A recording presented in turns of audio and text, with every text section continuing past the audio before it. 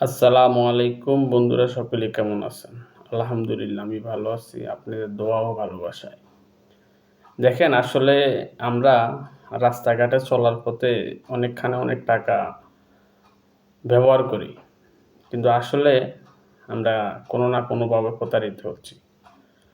বাংলাদেশে ডাক্তার ইউনূস সরকার নতুন যে ৳১,০০০ নোট বাইর করছে, সেটা তো বেশি দিন হয় নাই। প্রায় আজকে সর্বোচ্চ ৬ মাস বা ১ বছর। তো এই ৳১,০০০ নোটটা যদি একজন শ্রমজীবী মানুষকে, যার ৳১,০০০ কামাইতে ২ দিন লাগে, ১ দিন লাগে, তাকে জাল ধরিয়ে দেওয়া হয়, তাহলে তার অবস্থানটা কোথায় যেয়ে পৌঁছায়? কোথায় যাইতে পারে এটা কেউ জানি না।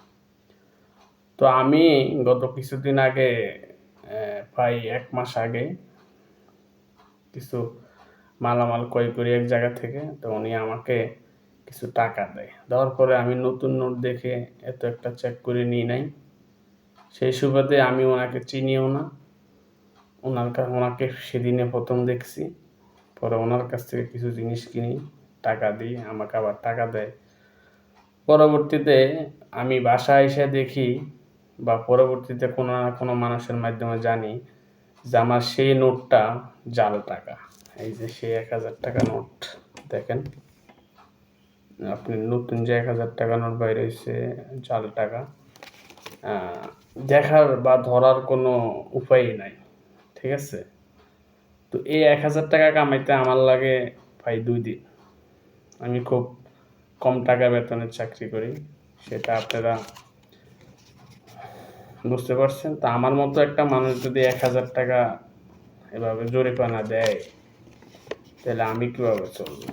আমি আবার চিন্তা করেছি যে ৳১,০০০ দিয়ে আমি কিছু জিনিস কিনবো।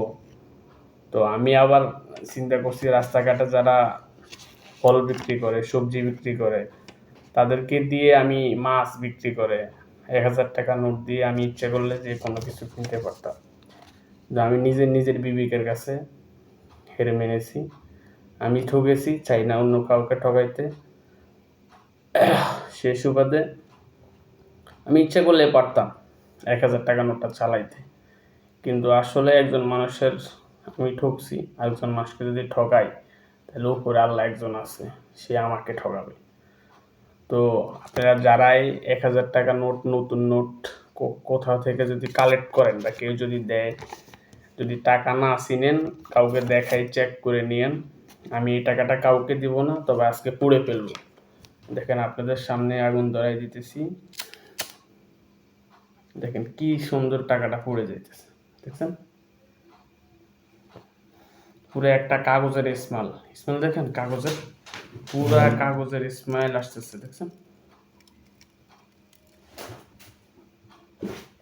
তো আসলে যেখান থেকে এই ভিডিওটা দেখছেন, অন্তত শেয়ার করে অন্য কাউকে সচেতন হওয়ার জন্য